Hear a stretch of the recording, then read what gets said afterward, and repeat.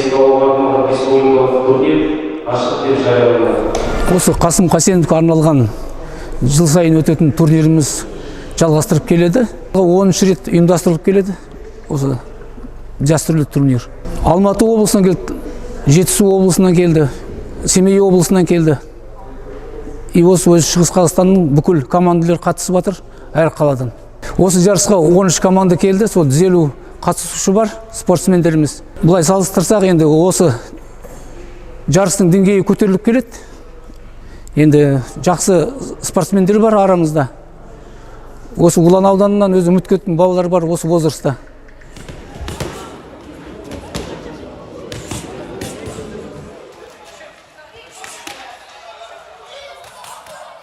Бұл жарысқа біз жылда қатысамыз, былтырда келген болатынбыз.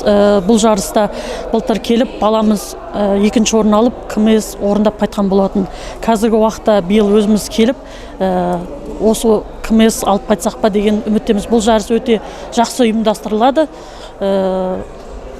Нәтижелері жақсы болып жатыр қазіргі уақытта. Қазіргі уақытта 4 баламен келдік. Бұйыртса, Алла қаласа, бүгін бірінші бар баламыз бокс деседі, Жетісу облысының атынан. Мен боксқа 6-шы сыныптан бері қатысып келе жатырмын. Мен өскенде Олимпиада чемпионы болғым келеді, Данияр Елесінов ағамыз сияқты. Бүгінгі жарысқа мен 1 ай дайындалдым. Алла қаласа, осы жарыста чемпион болып КМС орындап қайтсам ба екен.